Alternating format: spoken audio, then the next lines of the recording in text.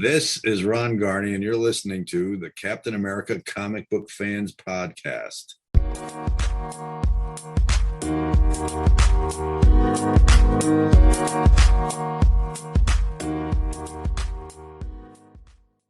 Greetings, Cap fans, and welcome to episode 40 of the Captain America Comic Book Fans Podcast.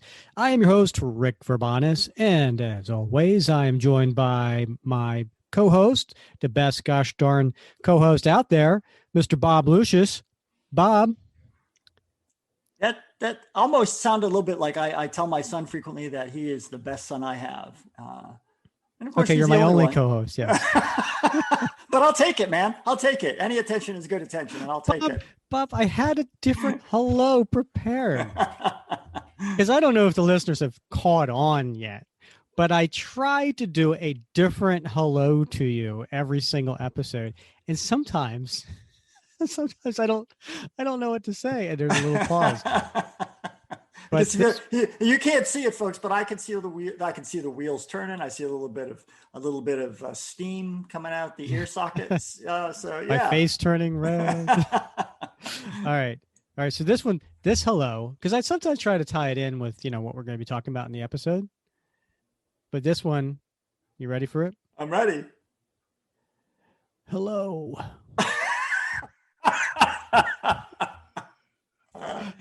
I gotta tell you, that sounds like you just got kicked in the nethers, man. Oh, come on. You know who that was supposed to be. I don't know. All right, hold on, let me try again. All right, do it again.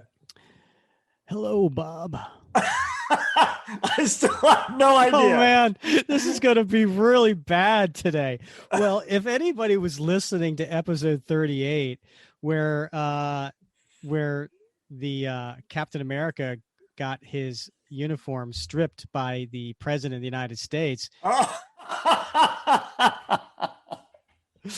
How could I have missed it? I was trying. Come on. Gosh, it was context. Context is everything, Rick. And I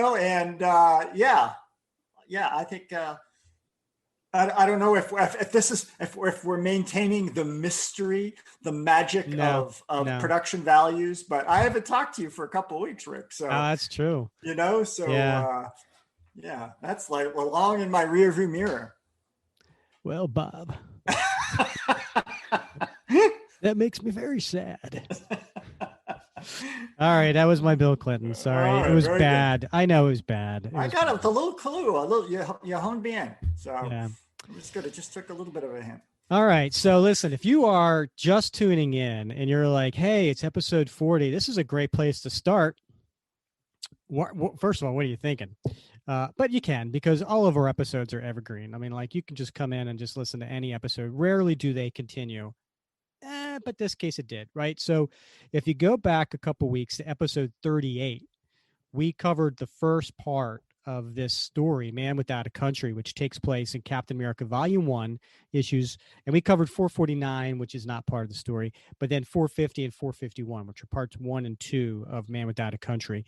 Then we took a little break with episode 39 by interviewing the artist, Ron Garney. So that was a real good episode, so you need to go back and listen to that. And today, we're going to be finishing off Man Without a Country, which is issues 452, 453, and 454, which also finishes Volume 1 of the series. So, as I said, if you haven't listened to episode 38, you may want to go back and do that first. And then, but if you have, we're going to finish this story. And you know what, Bob? You know what I forgot to mention when we were covering this last time? What? You're on pins and needles again? I am. You caught my attention there. Squirrel. Well, I forgot to mention that Man Without a Country in 1997 was actually up for an Eisner Award for Best Serialized Story. So for Mark Waid and Ron Garney and Scott Koblish. So they were up for an award for this story. So this is a really good story, and a lot of people thought so as well. Well, yeah, I mean, and it's topical, right? I mean, as you just reminded me, it's got the President of the United States in it. So I mean, it's one of those. I know this is a very sensitive subject for a lot of folks, Rick, but I'm one of those guys who likes to collect. In addition to Captain America comics, I collect comics of a political genre. Oh. So any particularly real life political figures. Mm-hmm. So I like to have covers or variant covers or stories that have political figures in them. Like I like Dr. that Doom. stuff. Yeah, like Dr. Doom. Yeah, president of and head of states of other countries like Latvia. Is it Latvia? I thought it was Latveria. Yeah, I know. I have a hard time saying peculiar. So I got that one out. So, but yeah, so I like that stuff. So that's one of the things I liked about this particular arc was it's topical. It has real life characters in it, and I enjoy that. Yeah. So yeah, that was. We'll be getting into that shortly. So there's a few things to cover because we got a lot going on, Bob. So one of the things, if you haven't heard yet on our Facebook page, and you really need to get to our Facebook page, right? I mean, we got 4,000 Captain America fans, and we get more coming all the time, and we get more comic creators all the time. Recently, we just had legendary artist Bob Hall join the Facebook group, and Bob, he's been a artist over the course of decades for Marvel and DC and Valiant. He's no stranger to Captain America because he drew him as part of the Avengers in the 1980s, and then he did do that Captain America special one shot, which was the 1990 movie adaptation. And the comic came out in 1992. So he drew that as well. So it's cool. I mean, like we get these guys that join the Facebook page. So if you haven't checked it out, you need to just go to Facebook, do a search for Captain America comic book fans, and you will see the group. Yeah. Yeah. I mean, it's a real treat. In addition to all the great guys and gals in the group, to have sort of access to the insights of the creators, that's icing on the cake. Yes. So one of the things that we announced on the Facebook group is we have a new website. It's I know, and in case you didn't know the name of it, it's CaptainAmericaComicBookFans.com. And so you can go there, and what you'll find on there is all of our podcasts.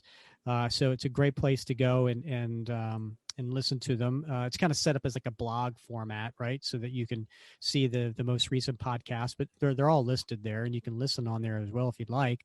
And then there's other things, there's links and things to other platforms that we have. There's a way for you to become a patron and donate to our podcast, which we would be very grateful because hey, now we have the expense of a website. So and we're putting together some cool prizes for our patrons, and so for the 4 of you out there that you're going to get some cool stuff coming your way, and if you also become a patron anytime soon, you're going to be put on that list as well. And let's face it, it's the price of a comic book a month, and you get 4 or 5 podcasts. So,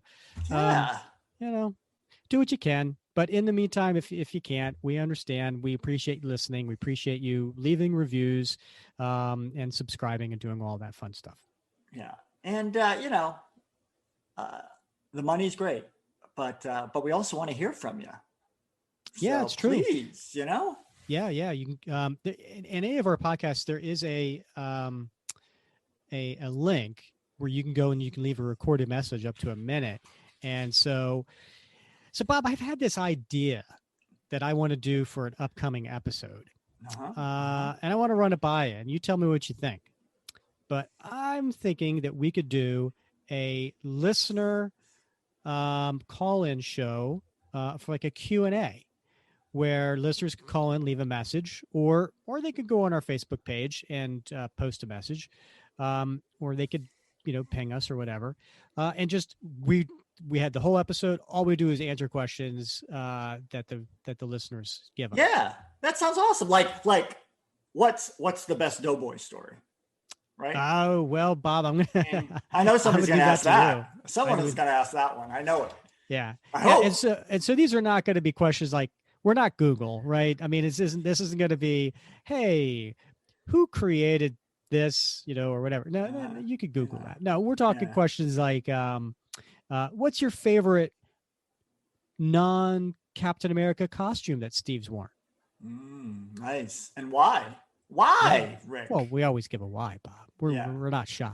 Yeah, that's a good point. That's true.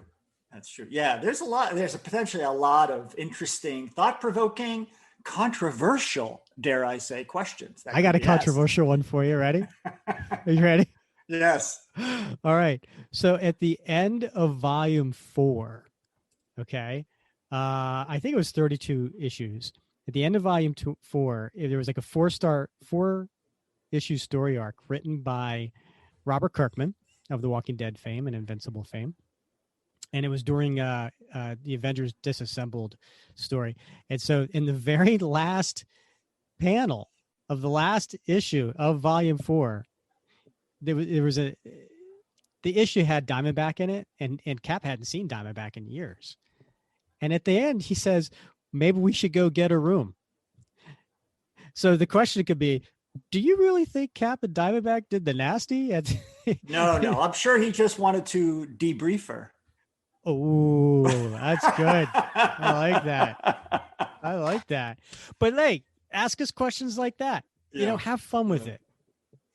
Yeah, I think that'd be a lot of fun, man. I think that'd be a lot of fun. All right, that's an upcoming episode. Yeah. Then.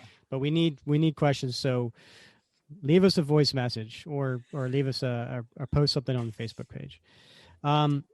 So today's July 10th, and out right now on the shelves is the United States of Captain America #1. So Bob, that's what our next episode is going to be. So episode 41. I know we usually talk about this at the end, but I'm excited about it. We've covered some newer comics, but not something that was currently on the shelf. So this will be the first time we're getting something new. So that'll be coming out next episode, episode 41. We're going to cover United States of Captain America #1. I'm excited about that. And of course, I think the listeners know that we're recording this a little bit early. And, I just found out today that the Joe Jusko variant through Clan McDonald Comics has arrived at their warehouse, and they're getting ready to ship. So I am like, I can't wait to have that in my hands. Cool. Nice. I like a Joe Jusko. Guess what happened for me last week, Bob? I was a guest on another podcast. Well, I don't know what to say about that, Rick. I'm sure you had a good reason. I did stray, Bob. Yes. No, there's a new podcast out there called My Journey into Mystery, Across the Bifrost. And it's by a guy by the name of Ryan Doze. Nice guy.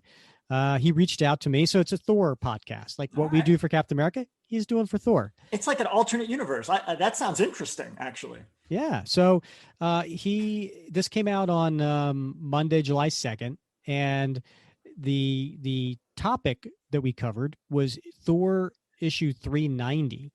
And you want to take a stab at what happened in issue Thor 390? That's a classic, man. It is. I actually have that up on my display here. Oh, very cool. Yeah. Yeah. So for those listening who may not know, that was the very first time that Steve picked up Mjolnir, Thor's hammer. And so he covered that issue, and we talked, and he, basically the conversation was what makes Steve worthy. So it was a good conversation. So wow. I suggest you all check that out. It's My Journey into Mystery Across the Bifrost. And you can find it on, Spotify and Anchor and other podcast providers. I'm gonna check that out. One, because I'm interested in hearing your response. But second, I just want to check out the vibe between you and Roger. Is that what you said? Roger. Okay. Are you jealous? No, why would I be jealous, Rick? There's no reason to be jealous. I'm telling you, he means nothing to me, Bob. Strictly business, I'm sure. Okay. I thought of you the whole time.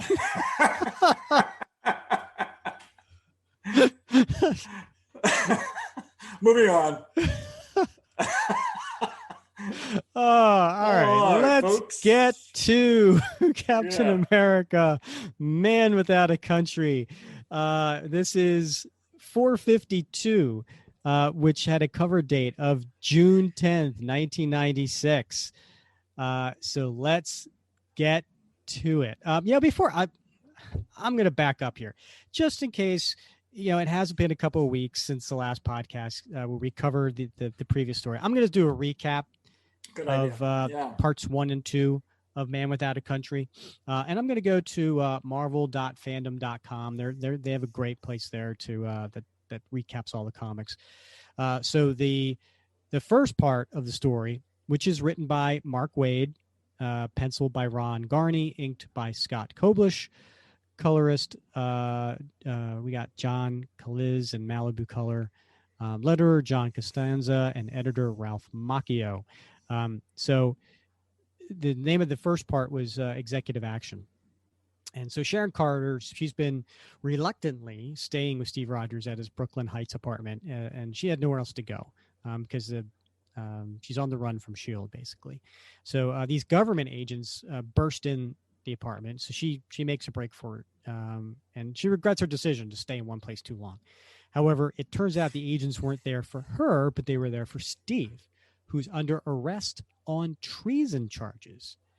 And they have no idea the man they're arresting is Captain America until they find his costume.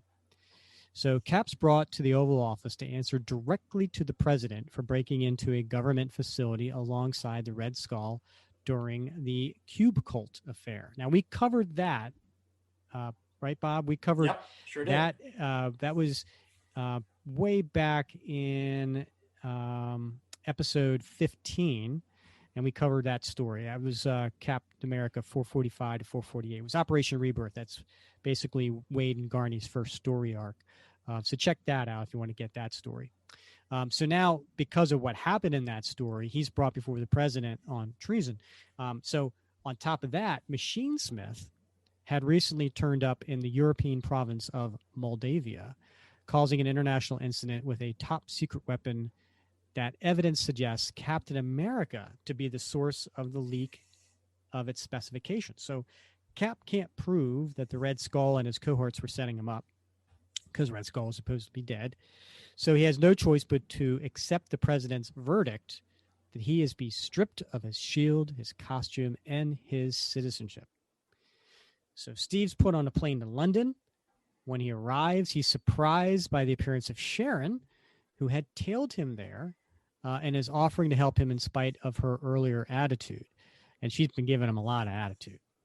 So Steve declares that he's going to hunt down Machinesmith to clear his name, and Sharon agrees to help. So that was issue 450. So in 451, which has the same creative team, the title to this story is called Plan A. In London, Sharon Carter provides a sullen Steve Rogers with a new non-branded costume, an energy shield, and a cover identity so that they can begin their mission to Moldavia. Later, on a train through the European countryside, they compare notes and figure out that Machinesmith must have gained the secret of the Argus Canna by electronically tapping into Steve's unconscious mind while his body was recovering at the Red Skull's base. Their trip is interrupted by an attack from Machinesmith's cyborg operatives. You know what?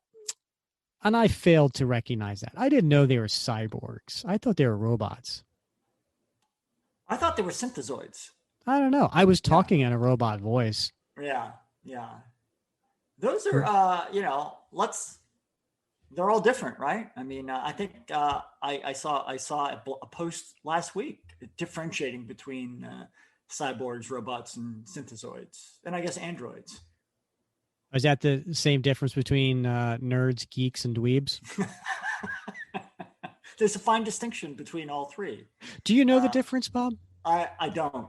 Yeah. Oh, well, see, I'm sure you'll tell me. Oh, I'm about to. See, for me, all right, I'm a geek, but I'm not a nerd. Okay. or dweeb, Right. right? Yeah. All Okay. right. A geek is someone who is really, really like excited about a particular thing, like I am with comic books, Okay. right? Fair enough. So it's a passion, if you Okay. will, about something, right? A super intense interest. Yeah. So you could be And a I geek get, about that. and I guess you can use that as a verb too, right? Geeking Oh, out over something. exactly. Okay. Whereas a nerd is somebody who there really doesn't have any social skills. Okay. So I'm a nerd. Bob, you're not a nerd. I got it. Okay. You're not a nerd. I am embracing it, Rick. Oh, good for you. Well, no. Somebody who wouldn't have any social skills. They tend to. I mean, they could have an interest in the same like a geek, but the geek has social skills. They're just maybe a little over the top about a particular subject. All right. Whereas a nerd, lack of social skills. Okay. Whereas a dweeb is both. Okay. All right. There you go. Yeah. I'm really straddling that line, buddy. All right. So after the skirmish on the top of the train, Steve and Sharon shake them by leaping off near an American Air Force base, where after more regrettable fighting through American soldiers, they manage to steal a jet to get them the rest of the way to Moldavia. What Sharon doesn't realize until it's too late is that Steve's plan to find the Argus cannon involves flying directly into its range until it shoots them out of the sky. It's a plan. Yeah, it's a plan. That's plan A. Yeah. Plan B, see plan A. Yeah. Yes. All right. And here we are. So we're going to go ahead and kick off issue 452. And you know what the title of this one is? Bum, bum, bum. Plan B. And I'm not kidding. It really is. It is, yeah. Oh, boy. All right. So we started with kissy moment. You're going to ignore this cover? Because this cover is... Oh, gosh, Bob, I'm losing it, man. Yeah, somebody posted this cover. What, was it you? Who posted this cover a couple yeah, I weeks think ago? I did, yeah. In the group, and there was a lot of commentary. Well, it was a daily flashback. It's a June cover. Okay. Yeah. But it's a cool cover because it almost looks like it's like a photo sky in the background. Blue, it almost like a sunset, pinkish blue background, pinkish clouds. And it's got at the top, a black background with a yellow Captain America logo on top of it. And I also would point out that the corner logo is a photo of a Captain America shield. Yeah, that's pretty cool, I think. It is pretty cool. Yeah. I was disappointed that Ron Garney didn't have his own corner logo during this run. He made up for it in volume 3 where he got one, but he didn't have one here. Yeah. But what's in the sky? Well, it's Sharon Carter in her tight black leather outfit that Bob likes, strapped to a cockpit ejected seat, and she's strapped in. And then here's the Man Without a Country garbed Steve Rogers grabbing onto this as they're tumbling out of the sky upside down. Pretty cool cover.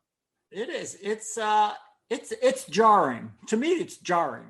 It's a little bit avant-garde, I think, the angularness of how it's drawn, particularly like Sharon's hair. I mean, there's a little experimental stuff going on here. Mm-hmm. It is eye-catching. All right, so we open up, and there's Steve and in his Captain America costume, with Sharon in her black costume, and they are embracing and kissing, and her hair is huge and it's flowing everywhere. It's an old fantasy, one she hates, one she's tried to ditch but just can't. He's at her side once more. They rekindle the fire they once knew. And then here are the two of them in a battle fighting against Hydra. And then it cuts to on top of like a mountainscape, and he's got his arms around her in a cloak, and she says, "Wind, so cold. I'm freezing. Steve, Steve, hello, do you care? Hello." And he's just looking off while holding her. And it says, and it just makes her nauseous. Not so much the symbolism, but that even when she snaps awake, she can't escape the image of him. And then it cuts to her waking up from this dream, and she questions Steve. And then she looks, and there's this nice double page splash of Steve in his Man Without a Country uniform, and just diving down, right? Like head first, his arms by his side, and he's just shooting down through the sky.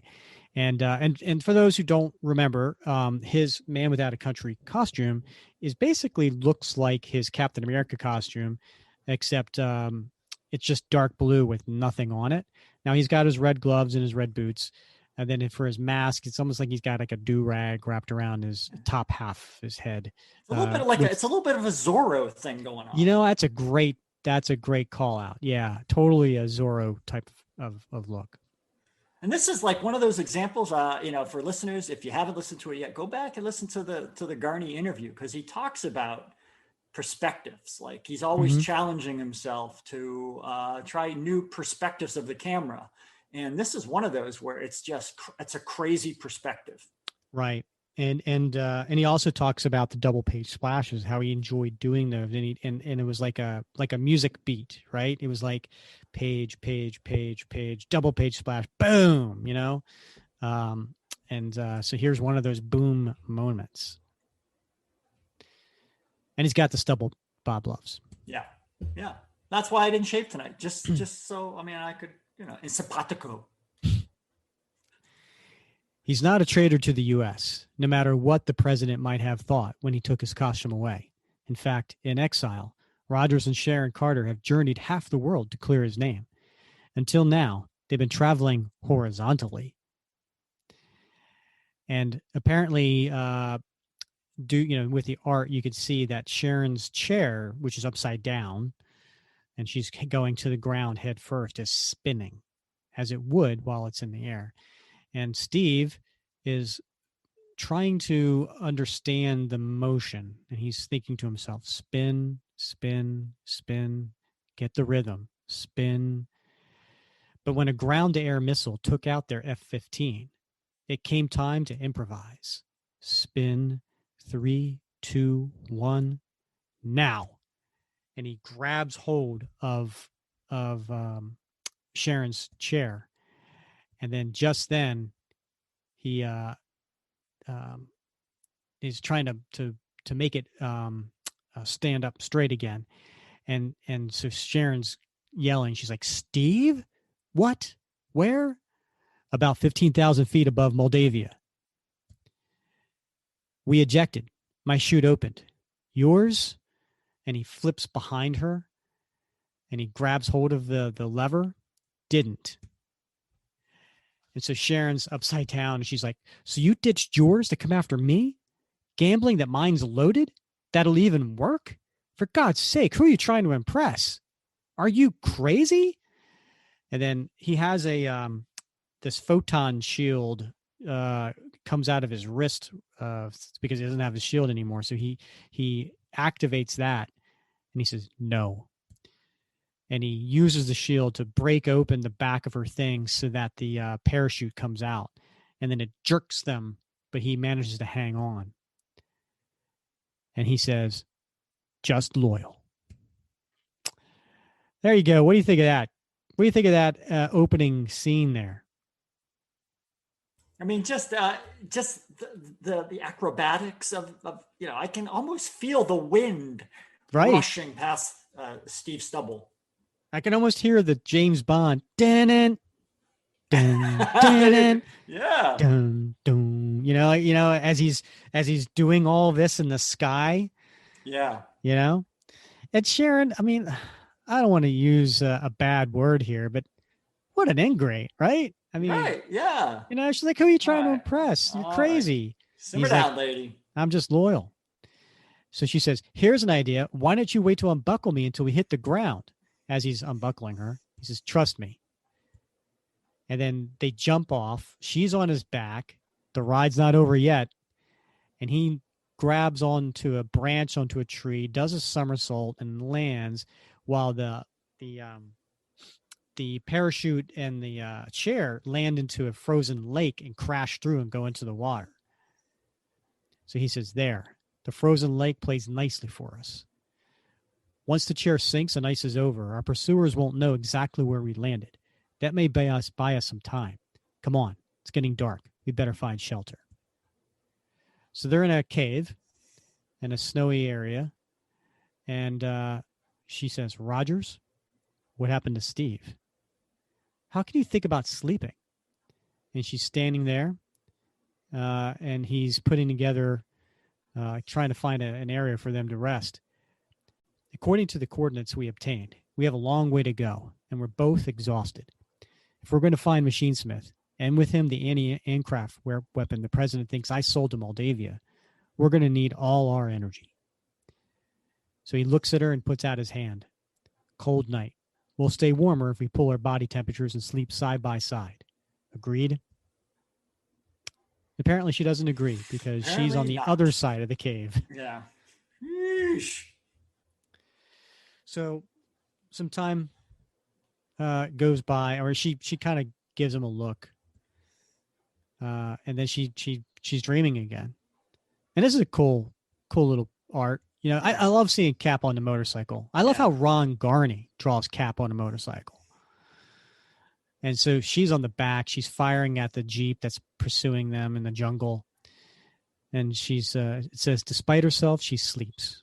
Despite herself, she dreams. And then we cut to somebody with a green glove, grabbing, just caressing her face. She says, Steve, I have missed you. And then she opens her eyes, and there are 4 Moldavian soldiers standing over her with weapons.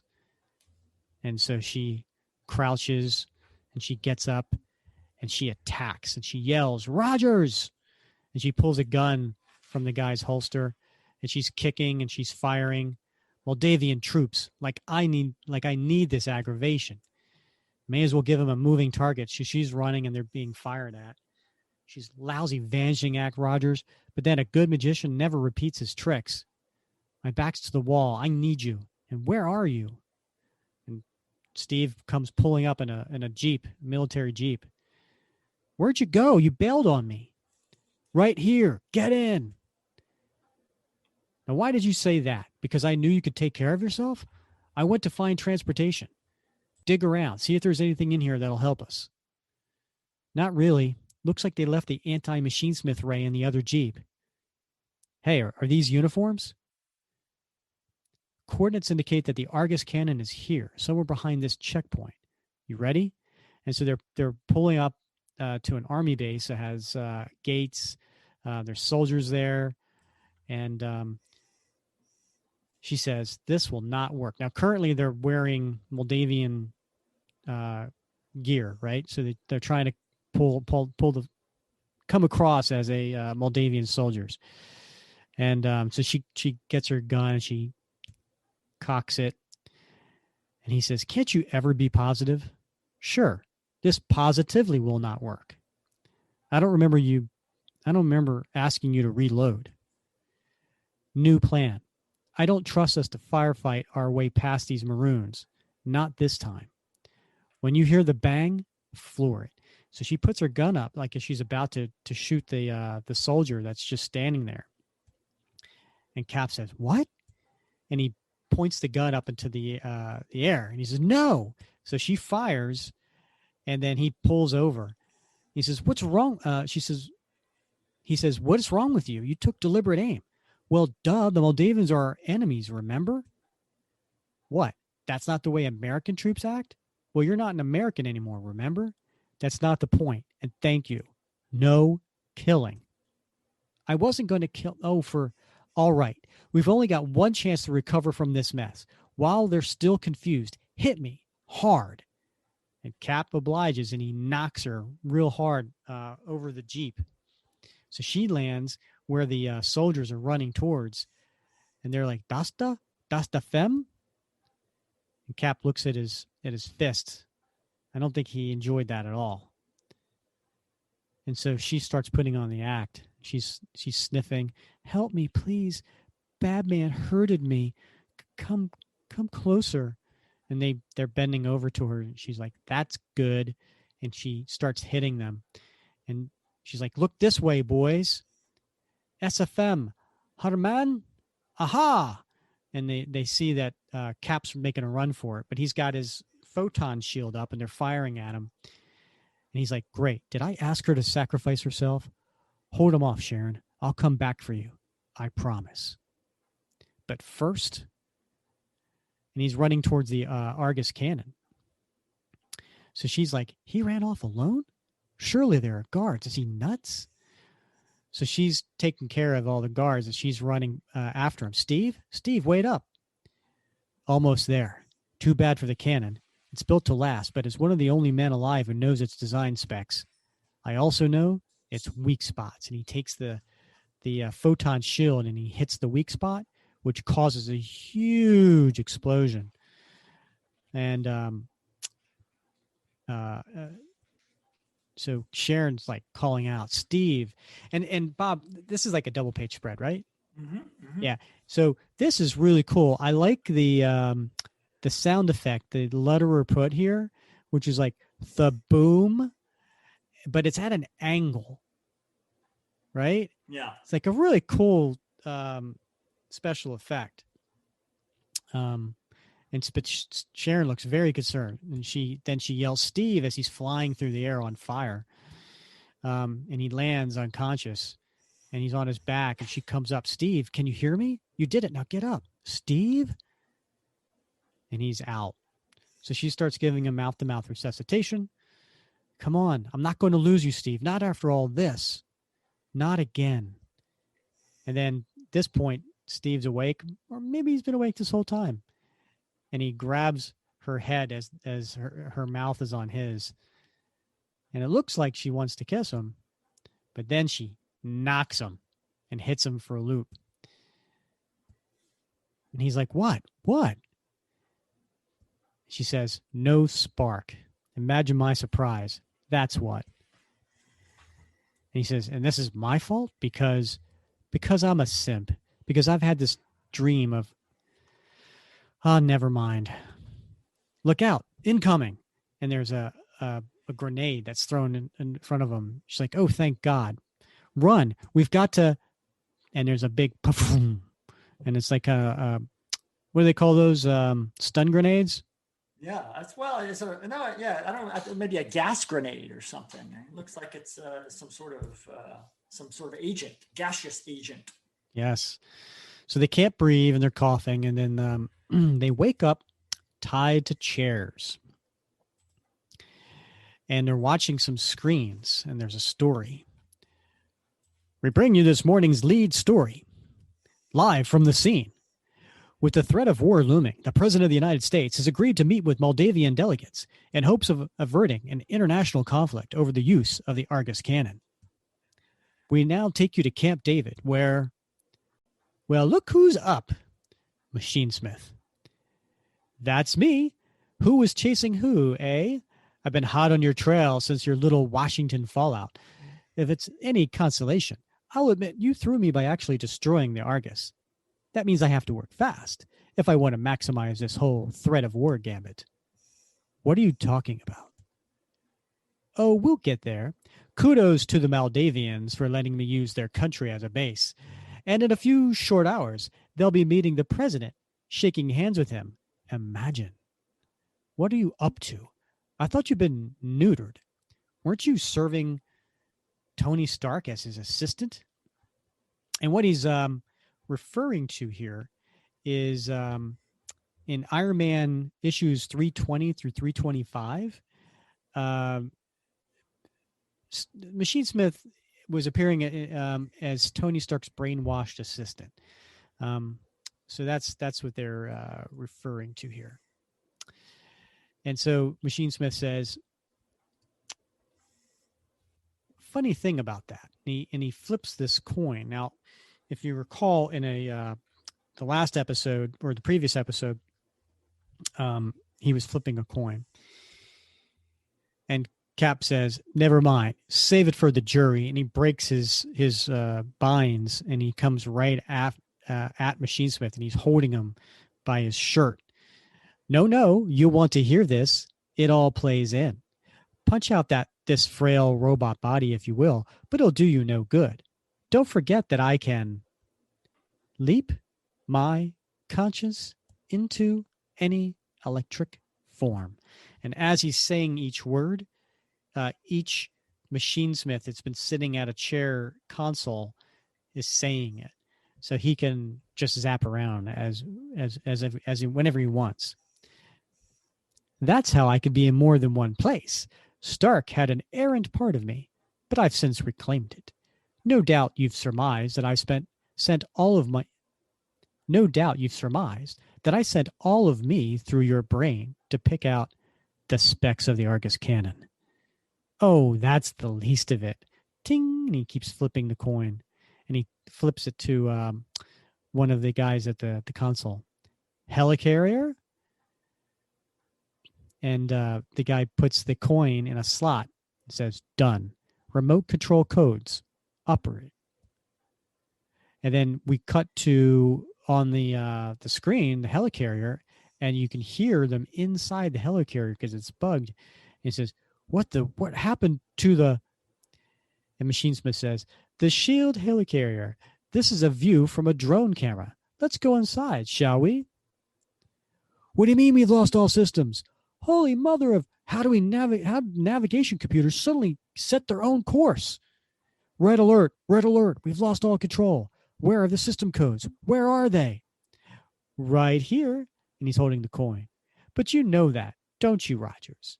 When I went through your mind, I didn't stop at Argus secrets. I picked every single shred of knowledge out of your brain and micro-coded it onto this coin. Everything? And Cap looks shocked. Everything you know, right here. From helicarrier access codes to secret White House entrances to Avengers priorities to Hawkeye's shoe size. Everything. Repeat, all on board. Systems have been overridden. We're completely out of control. And then all these Machinesmiths all jump on Steve. Just think about all the havoc I can wreak. Oh, the possibilities. And then we see the helicarrier from the screen is flying towards a mountain. And we're headed directly for Mount Hood. Oh, I know that look. You're thinking, trying to figure out a way to stop it. Well, I'd love to stick around to see what miracle you pull out of your hat, but I can't. I have to leave now. I have a special delivery. And then we cut to live from Camp David, and there is Machinesmith there in Camp David wearing a suit and sunglasses. And it cuts to him saying, for the president. He's sure to get a bang out of it. Dun, dun, dun. To be concluded. That's some compelling stuff, Rick. And I like the red beard that Machinesmith has as his disguise there at Camp David. Yes, he no longer has just the bushy eyebrows and the sideburns. Yeah, he blends right in. Mm-hmm. Although he's still bald.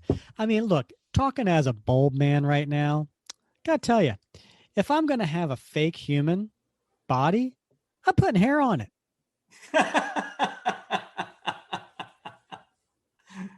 He's proud, man. He's wearing it proud. I don't know. Where are my bald brothers out there, right? You know, I mean, look, look, man. He's got a machine body, man. You know, think of the maintenance, right? All the PM. That's one less thing he's got to worry about. Uh-huh. Yeah. So, then his fake hair. Yeah. Well, yeah, fake hair needs to be cared for and combed too, buddy. So that's one less thing. Oh, are you speaking from experience there, Bob? Well, there was a time when I've had my head shaved a few times. Oh, okay. Yeah. All Yeah. right, so here we are at 453. And this one's called To All Things an Ending. And this is the end of Man Without a Country. But don't fret. We do have one more issue after that because that's the last of volume 1. All right, so cool cover. Again, use of blacks like the last issue. Black borders, that is. And it's a background of flames. And it's Captain America in his costume.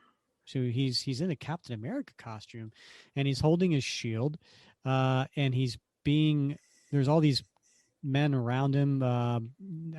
Looks like maybe Secret Service, and Cap's in shadow, so you only see his red eyes. You don't see anything else. But what's really standing out is the star on his chest, the star on the shield, and the A on his mask. So this is all about symbolism here. Although, what is up with that shield, Rick? Yeah, it is a little lumpy. This cover almost looks like it totally looks like Mike Mignola to me. Yeah, that's a good point. That's a good, yeah. I mean, Yeah, it's a different style. Yeah. Yeah. All right. So, and by the way, talking of different styles, this particular issue does have a different artist, a guy by the name of Pino Rinaldi. I'm not familiar with him. So he did the first 9 pages, and then we have Ron Garney and Scott Koblish finishing it up. Although Scott inked the whole thing, but what we're used to seeing is Garney and Koblish. They did pages 10 through 22. So that's why this is going to be a little bit different than at least the first 9 pages as far as the style is concerned. All right. So the massive flying fortress called the Helicarrier is the heart of the SHIELD espionage network. It houses thousands of the world's best intelligence operatives and will continue to do so for the next 4 minutes. So it looks like we've got Dum Dum Dugan on the horn, and he's also yelling to the people who are on the bridge. And he says, "What do you mean we're out of control? It's the navigation system, Director Dugan. It's been completely overridden by an outside code, and now we're on a crash course." "Impossible. No amount of computer hacking should be able to penetrate." "This wasn't hacking. Clearly someone knows access codes that give them full command over all SHIELD systems. And my God, I can't take that command back in time to dodge Mount Hood. Estimated time until impact, 3 minutes and count." And then all this is being shown on screens. And then at the very end here, we see Steve kicking the screen. And it says Steve Rogers knows where that code came from. They came from him. And were enacted by his enemy, Machinesmith, who ripped from Rogers' brain every one of the hundreds of American military secrets entrusted to him for use against him. Framed for treason, for leaking those secrets, the man once known as Captain America now watches in horror from half a world away as the helicarrier plunges towards destruction. Fortunately, he has a plan. Man Without a Country, Chapter 4, Executive Action. And he's busting up all the machines while Sharon is on a console trying to type in stuff. "Sharon, how's it coming?" I've about regained control, but it's going to be close. Everything you know, including how to defend these codes, has been microscribed on Machinesmith's gold coin. There's still a chance I can hack around it, though. And you? Machinesmith thinks he's locked us in his bunker. Maybe not. I figured there had to be some room behind the monitor wall to allow for relays and wiring, and some kind of access tunnel. And here it is. I need you to handle the helicarrier. I have a presidential assassination to stop. You're going home? I thought you were banned in the USA. Can you call in the Avengers? Identicard's deactivated, but still has one use, and every second counts. There's one way. Then find it. Win or lose, shield's in my hands. Go. I'll be back for you, Sharon. Yeah, right. Old Lang Syne, Rogers. See you in another 5. Move, Rogers. get out of Moldavia. Now he's crawling through the tunnel. Even now, the president's on his way to Camp David with no idea the Machinesmith's posing as a Moldavian delegate, waiting for his chance to kill him. As much as he taunted me with that possibility, assassination isn't Machinesmith's style. No, he wants something else. But what? So he finds the end of the tunnel and he pops out. As I suspected, there's a hatch under all the snow. Machinesmith back door. Easy out, now due east. So he starts running across the snow. Karen's back at the access trying to put that in, and she can't. She's like, what? I thought I had it. Not one evacuation procedure that can clear the decks this fast. Impact in 2 minutes. If Rogers can find a back door, all personnel brace for collision, then I can too. Easy, Bob.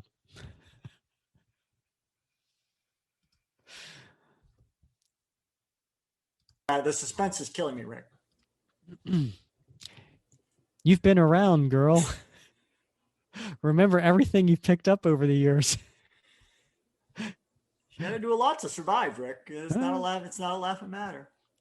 30 seconds from Sitwell. Remember Sitwell? Oh, indeed. You know Sitwell, yeah. Yeah.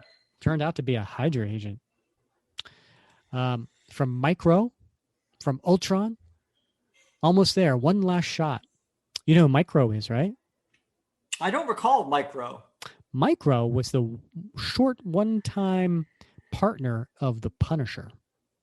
He was a computer genius. And then apparently she did it because in the last second they're able to get control back to the helicarrier and miss the mountain. We're free and clear, people. I don't know what miracle that was, but we've got some angel of mercy looking out for us. She's like, if you only knew. So now it's dawn. So Cap's been running all night, and he's standing in the snow, and there's a little video camera sticking out of the snow. And Cap puts his hand in front of it, and what's he showing? His Avengers Priority Identicard, full security clearance. And he's like, open sesame. No human guards? Shame. They'll wish they were here to witness this.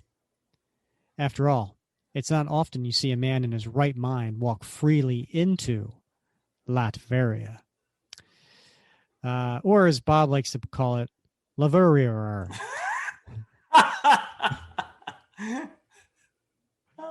And now here, so right. What's going on with Fabio here? Why does he have his pants, his boots, his glove, his mask? Everything is fine except for his torso. He's got just enough shirt hanging on his tops of his shoulders, so he's showing his back and front. Yeah, it does have a bit of a Fabio feel. Yeah. So there we have Dr. Doom's castle. Silence. Not even the sounds of birds chirping. I'm sure they need permission. And the people, they almost shake with fear of those who serve under the most merciless dictator of all time. They live each day having to suffer the knowledge that they've been stripped of their most basic human rights and liberties. I know just how they feel. And then Dr. Doom's robot guards come up. Come with us, outsider. Gladly. I wish to talk with your master. In Latveria, one does not request an audience. One becomes one. And so they grab him by the arms and they fly up to the castle. And there's Dr. Doom. All right, I got to figure out my Dr. Doom voice. Oh, I can't wait for this. Pressure's on, buddy. Captain America, or so I presume. Your Avengers ID no longer does you justice. Don't tell me you finally come to your senses and disavow the stars and stripes. Are you done? Good. The clock is ticking, so let me lay this out for you. A war is about to erupt between the U.S. and your neighboring country. This cannot be good for Latveria. And what's bad for Latveria is bad for Dr. Doom. Congratulations. You've trudged 50 miles to tell me what I already know. I'm well aware of the Moldavian situation, Captain. I do keep a eye on the world. Why would I care about your advice? What would you have me do about this? Send me in to clean it up. Your diplomatic immunity can afford me quick re-entry into U.S. airspace. I'm not anxious to take help from you, but seeing as how I'm not having much luck getting an outside line from Oliveria to Avengers Mansion, I have no choice but to allow you to help me. Dr. Doom turns away from him. Cap says, what? Nothing. I'm amused by your use of the word allow. No more than that. Given our history, Captain, coming to me seems an unusually desperate gambit. I saw where you recently partnered with the Skull. Surely you weathered enough grief the last time you allowed yourself with a sworn enemy. And he spins the globe. That's right there. Hardly the point. The life of the President of the United States is at stake. If I don't save him, we both lose. And frankly, I've lost enough lately. Nothing of real importance, I'm sure. And Cap takes the globe and he smacks it and it shatters on the ground. Don't talk to me like I'm a bug. A world upheaval of this magnitude could throw even you off balance. And Cap just stands there staring at Dr. Doom eye to eye. And Dr. Doom then pivots and walks away. And as he's walking, he says, my private airship will be at your disposal in 10 minutes. I'll see that everything you need will be aboard. Everything. No need to report back. I'll know you failed when tomorrow's sky is filled with bombs. So here we are, Camp David. And we have an introduction going on. Mr. President, may I introduce you, the Moldavian delegation. Gentlemen, thank you for coming. We must strike an accord, and quickly. I doubt your country truly wants to be at war with the United States of America. Let's take this inside. And then we see Machinesmith walking up to a soldier who's got a handcuffed briefcase. Say there, soldier, what's in the briefcase? And the Secret Service comes up. Sir, and you are? Secret Service. I'll have to ask you to step away from this man. And he puts his hand on his shoulder. But someone comes up behind him, and just as he says, what he carries is none of your biz, his neck gets snapped. Crack. The guy behind him is one of the Machinesmith's cyborgs. Wrong. But that guy gets shot in the back. Boom, boom, boom. And he falls. And Machinesmith looks up and he says, Secret Service snipers. What's going on? Moldavians are attacking. To be expected. And he opens up his wrist, and in coming out of his forearm are two turrets, and they're firing up at the snipers, and they take them out. But then these helicopters start coming in, and they're, attention, you're in our sights. Lay down your weapons and surrender. And they're firing. But all of the Moldavian delegate are these cyborgs that are firing up. Surrender, given the time and effort it took to cloak robots into this place? I hardly think so. And they take out the helicopters. Now then, where were we? Yes. And he zaps the briefcase off of the wrist. What's in here? Oh, but we both know, don't we? It accompanies the president at all times. And the president right now is being held. The communications satellite workstation, known in military parlance as the football. The device in which the leader of the free world controls the launch codes for America's nuclear arsenal. World War III in a briefcase. And this, gentlemen, is what it's been all about. Building the Argus cannon, baiting the U.S. into near war, goading the president into a face-to-face meeting. It was all to get this and get it open so that the nuclear Armageddon, the ultimate triumph of machine over man, can begin. Once I learned the activation code that only you know, Mr. President. And I could pick that up like so. And there's a ray coming from the Machinesmith's head going into the president's head. and Machinesmith's struggling, and he says, "Got it. Your brain just like leaping into any electric device. It hurts, but I can do it. That's what you did to Captain America." Absolutely. He didn't betray any secrets. I just pulled them out of his head like that. But thanks for playing our game. Now shut him up while I recover. And coming out of the wreckage of the flames is Captain America. Again, with shadows over his face, over his torso. So it's more of the symbol than Steve Rogers. And you see the white star. You see the shield. You see the A on his mask.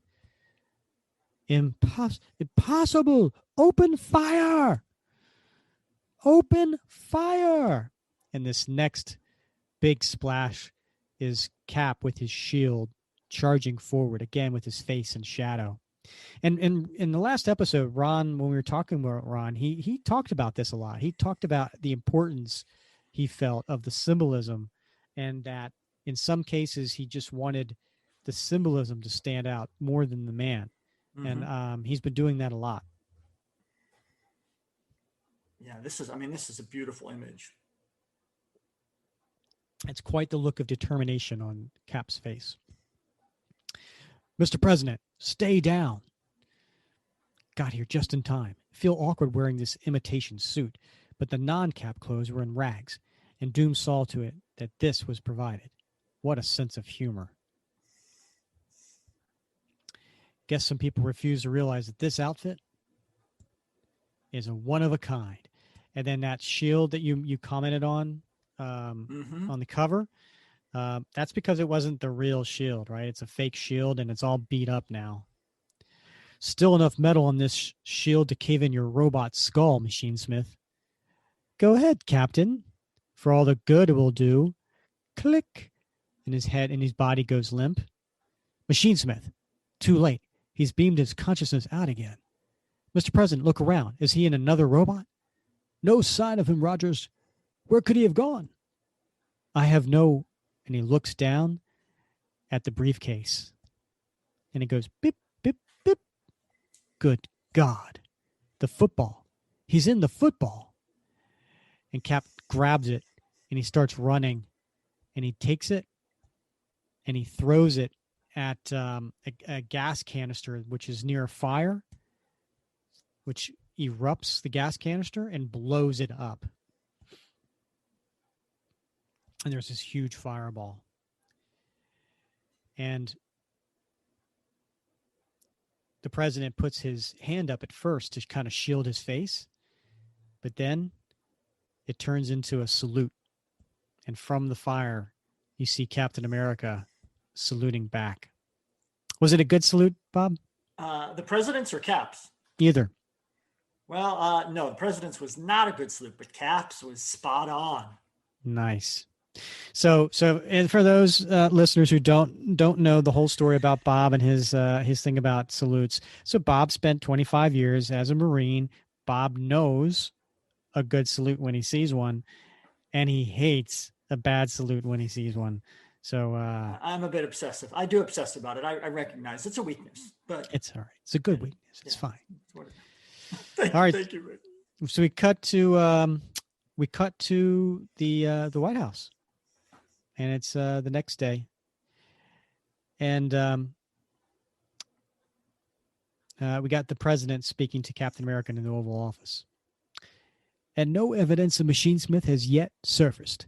Maybe he's gone for good. Maybe not. But that's a problem for another day. And he's standing behind his desk. Right now, all I'm interested in is an apology. Mine. Captain, on behalf of this office and this nation, I want you to know I'm sorry. I guess I've learned the hard way, no matter the evidence, a good man doesn't doubt the word of Captain America. And Cap's standing there, and he says, apology accepted, sir. Thank you for having faith in me once more. Now and forever. Consider your record cleared. And one more thing. And he reaches behind the desk and he grabs his shield. I believe this belongs to you. May I? Be my guest. And he he holds the shield as Cap would. He has a smile on his face.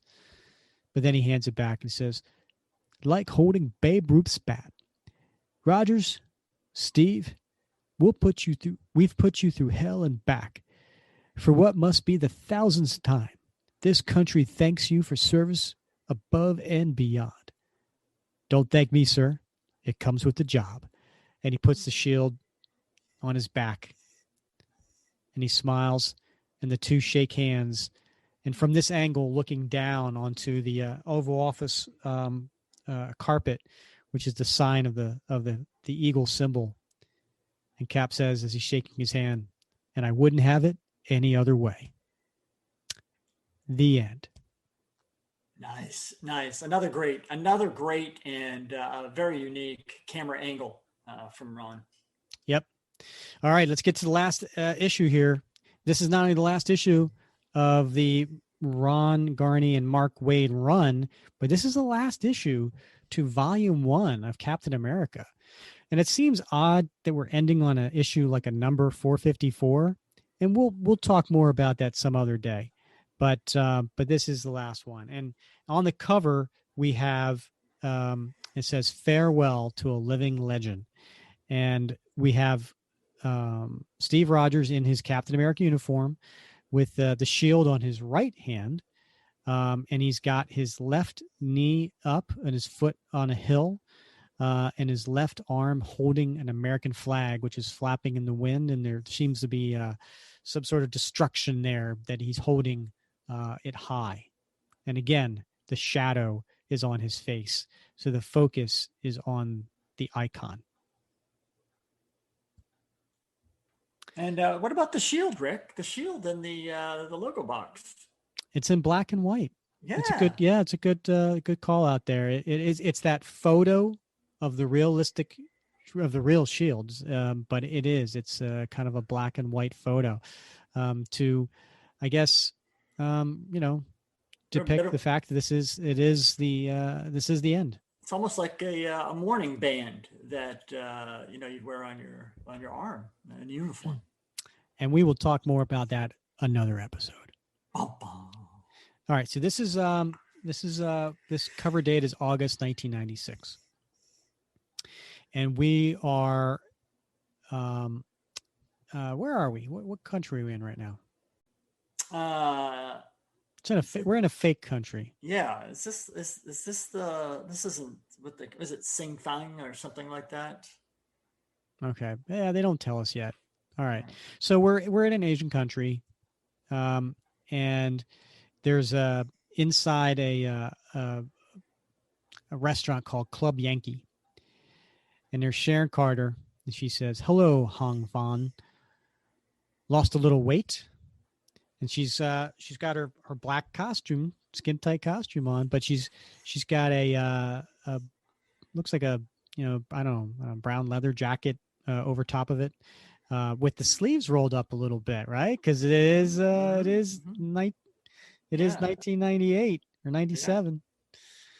Yeah.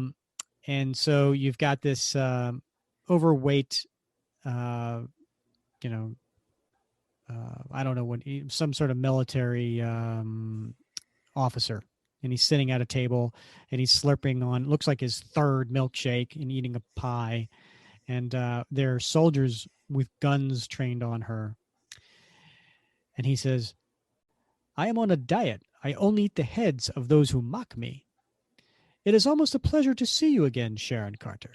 I am told you wish to represent me with an item of great military value. What am I looking at?" Computer storage on a molecular level, a simple gold coin, and on it, every scrap of knowledge and information contained in the brain of Captain America. However, I don't deal with you. I only speak to Tapquai's ruler, X-12. X-12 is a myth, a ridiculous Yankee phantasm given life by Western paranoia. And I'm the Easter Bunny. Bring him out.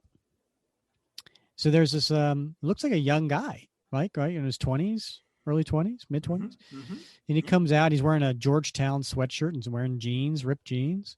And you would never know. He says, "Very well, Miss Carter, I am here, and I'm admittedly curious about this coin.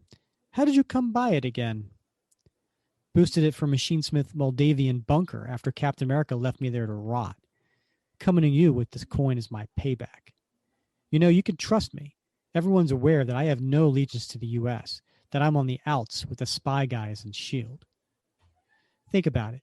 Machinesmith used Cap's knowledge to all but destroy the S.H.I.E.L.D. helicarrier in an attempt at presidential assassination. I can just imagine the use someone with a creative imagination could put it to. If I could just show you." And she's reaching, and the kid pulls up a taser. He says, "Slowly, Carter. No false moves. See this taser? It could take out a platoon. You, it will turn to dust. Tell me what you wish in exchange for this bauble." "A high commission in your army. In other words, sanctuary in Tapquai." "Ha! That's it? A good deal all around. I cannot believe this is all you desire. Let me examine the coin. Bring it closer." "Gladly." And she's reaching for a knife behind her back. "I salute your bargaining tactics, Carter. I'll leave it to my men to finalize the deal." And so one of the guys is about to shoot her in the back of the head, but we hear an engine roaring. And coming through is Cap on a motorcycle, and he says, "No sale." Now, this is a double-page splash that is, if you take the comic, which you normally would look at vertically, and you take it on its side and put it horizontal.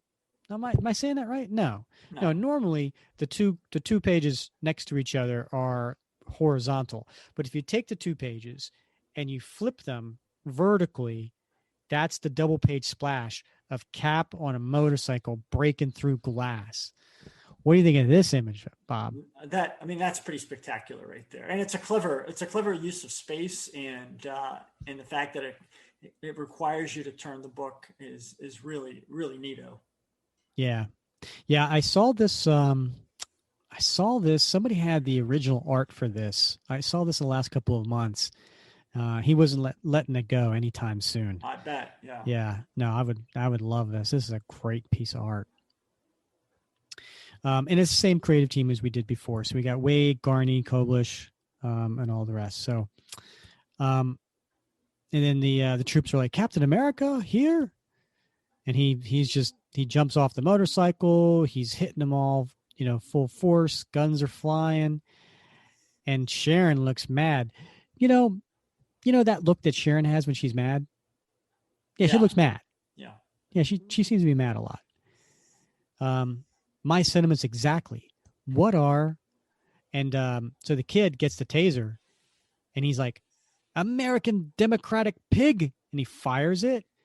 And Cap puts his shield up, and it looks like a big ray, and it's Zach hitting the shield. And so she goes and she hits the kid. She says, "That's Captain America Democratic pig to you. Later, punk.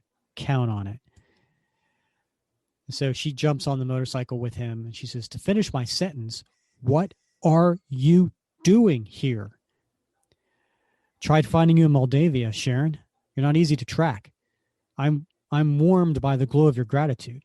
Kill them, kill them!" And they're firing at him as they're flying, getting away on the motorcycle, and they're out in the streets. "Thanks for nothing. Who asked you to barge in? You know how long it took me to sting X-12 out of the shadows? You tanked my entire plan," which didn't involve having the entire Tapquai militia crawl out of every corner of Yankeetown just to gun us down. Of course not. How far do you think we can get out of Kawasaki? You're headed right for the water. I know. This is a motorcycle. I know. And you can see them like zipping through the streets, and they're heading to her pier right to go in the water. She says, well, good. As long as we have that cleared up.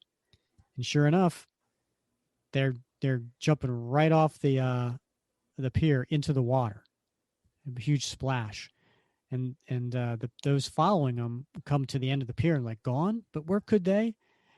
And you see in the shadows some hands untying some things under the water, and then up on a huge like wave runner, Cap's they shoot out of the water. Cap's driving and Sharon on the back. She's like, "Oh, had this tied down and hidden for a quick getaway. It won't carry us home, but we can at least get out of the city." And they sure enough they do. And they've gotten to the outskirts. And that's it for the fuel. The rest we do on foot and fast. It's only a matter of time before X-12 sends choppers after us. Thanks again to your grandstand play. You know, last time we parted, you were seething because I didn't come find you. This time I did. Doesn't that count for something? Under the circumstances? No. I assume we're on an agenda. I'm with you, after all. We're meeting someone. I set up a rendezvous in case we needed it. And they're running through the wetlands here. Care to tell me who? It's only about 15 or 20 miles. A jog. Let's go. Were you? No, I wasn't going to sell the coin. It was bait, pure and simple. Okay? Were you in Yankeetown long? That was my question. I never thought you'd sell my secrets. Well, then, you just know me inside and out, don't you? You shouldn't have come back for me. You've ruined a perfect record. And then she falls into the mud. And he keeps running. I've never seen any country quite like Tap Kwai. The elected officials are puppets of the military, who are themselves pawns of the intelligence community headed by X-12. Even among prodigies, the kid is brilliant and dangerous, wouldn't you say? Sharon? He turns around and he sees her in the mud, and she's like, Sharon, get a hold of yourself. Sharon, what's wrong? What are you doing? Just reminiscing. She smacks his hand away. You want to know more? Fine. Follow me. And she starts running, and they're coming up on a base. What are we doing here? You wondered why I was in Tap Kwai. I was trying to take out X-12. He goes, Tap Kwai's government topples like a domino. The resultant social reform affects the release of X-12's political prisoners. Dissidents, originally from the neighboring countries, sentenced to work the rice paddies for no appreciable crime. It's an old story. They labor their way to starvation while their guards grow fat and lazy. So there basically it's a political prison camp. So Cap and her start walking towards it, and there's a guard. He's like, "Holy Joe!" And there's no cutting the red tape to get them home, not so long as X-12's regime is in power. Yankee, wow! You bring jeans, apple pies, wow! Hence the hellhole. And so she just comes up and punches the guy whose guard was talking to him. Come on inside. Only if you cut to the chase, Sharon. X-12 has surely mobilized his army by now. I appreciate the tragedy, but we haven't time for a tour. What's so important inside? And he grabs her shoulder. And I like this art here too, because they're now on the porch, and there's an overhang, and you can see the shadows on their faces. I like this. Yeah, it's a thatched, right? It's like a thatched roof, and so there's sunlight, through the slats, and you see that shadow pattern. It's cool. Yeah, it is cool. She says, "It's important, Steve. It's home." And she walks inside. So he follows her, and it's, again, a detention camp. Didn't know that, did you? I spent 8 months here, a long, cold winter and a scorching summer, right after being cut loose by SHIELD. Security wasn't as lax back then, of course. What did you do to escape? Don't ask questions if you don't want to hear the answers. And it's run down now, and there's nothing but like mosquitoes everywhere. And she opens up a very small room. This was my cell. As inhumane as it was, eventually became, well, comforting in a perverse way. It was my sanctuary from all the pawing guards, from the other prisoners who never stopped begging me for strength and comfort, from everybody who wanted a piece of me. Maybe I belong here. I don't know. As screwed up as it was the only stable place I've had since the Shield days. The only place that's been mine. That's why I'm in Tapquai. And Steve he's not having any of it. He grabs her by the shoulders and he's yelling at her. No, this is not real. Reality is out there, over the next rise. Sanctuary is a myth. The only true sanctuary you have, and he taps her forehead, is in here. Thank you, Dr. Brothers. Come on, let's roll. So they start running out. She said, so you understand the trickle-down theory? Only once X-12 gets whacked or ousted do the local guerrilla fighters have a window of opportunity. And only in that window does anyone have a prayer of freeing these... Steve? Steve, where are you? And Cap never left with her. He didn't run with her. Instead, he's freeing all the prisoners and he's cutting their chains with their shield. All right, you're the last one. Now, follow me to freedom. And they're all, malnourished and half naked. Rogers, are you nuts? These men aren't up for a march. They're so fried they don't even remember what freedom is, what home is. They remember. We all remember. And they all start running among the rice paddies. It's a long way to the border, Scoutmaster. X-12's army is probably on the way, and our troops are mighty weak. Can we make it?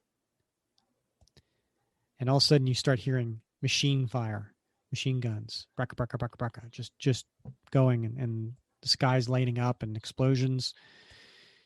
And there it is. There's the army, X-12's army. And there's helicopters, and there's jeeps, and there's a tank, guys firing. And Cap says to her, I don't see why not. Rendezvous I set up is right over that horizon. You have to keep these men moving towards it. Meanwhile, I'll hold off the army. And Cap turns to fight. And so she does. She tells all the escapees to follow her. She's like, you heard the man. Go, go. I don't know what we're looking for, but...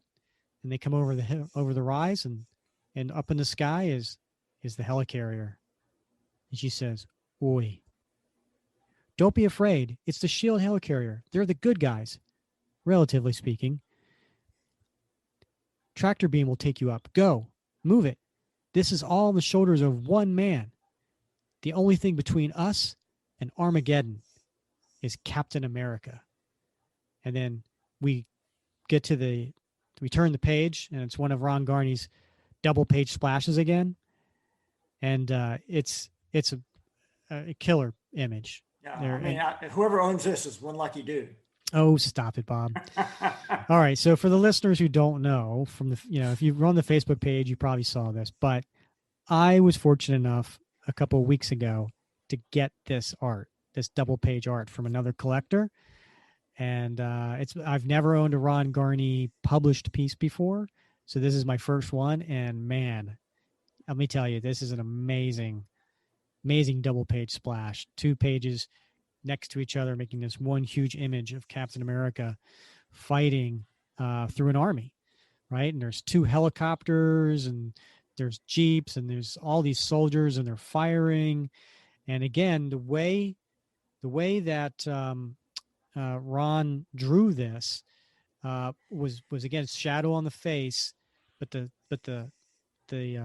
star on his chest, is just as Ron put, a blazon, and the way Ron described it, which was really cool, because he was like, this is one of his favorite pieces that he's ever drawn. Just the depth of the piece, Rick. You can almost reach into it as a battle scene. You can almost reach from the front of the fight to the back of the fight, man, across time and space. It's so cool. It really is, and the way so Ron in the last episode, quote, he said, "That's one of my favorite pieces of work. Yeah, and doing that was a real opportunity, I felt, a visual opportunity to really create a feeling of the character that thought he should represent personally. I wanted to just be the absolute essence of him. It was always shot underneath, as if you were a little kid looking up at him, and his star was big and emblazoned across his chest. He was larger than life. His chin is up. He's just so indefatigable. He's facing off against these ridiculous odds, and I wanted to feel like the courage in him is represented in the visual graphic, where it's not so much his facial personality, his identity, but his inner identity. Everything that you would hope Captain America as an entity unto itself would represent. Yeah, man, that's it, man. And you know what? There's lots to like about this double splash, but I think my favorite, other than the star being just sort of emblazoned front and center, reaching out, are those two boots at the top, because it almost looks like that scene is like a split second after that guy just got bamboozled, and he's flying back, toward the camera, up above and over the point of view. I love that. That's a good point out. I can't tell you how many times I've looked at this, and I really never gave that much thought. That's really cool. And that's the thing about art, right? Like, so many people see different things. Yeah. So then we get Shield's now coming in with some jet fighter planes, and they're taking out the soldiers as well. Cap, this is Shield. We're about 10 seconds away from an official international incident. We have to pull out now. So Cap's running, and there's Sharon next to the tractor beam. All refugees accounted for, Sarge. I've count 2 more. You and me. Let's go. Go? Me? Go where? The helicarrier is no sanctuary for me. I'm technically an outlaw, remember? Shield and I parted company. I don't want anything to do with them. They're not happy about it. Any of this sound familiar to it? Go. But not without a little something that's yours.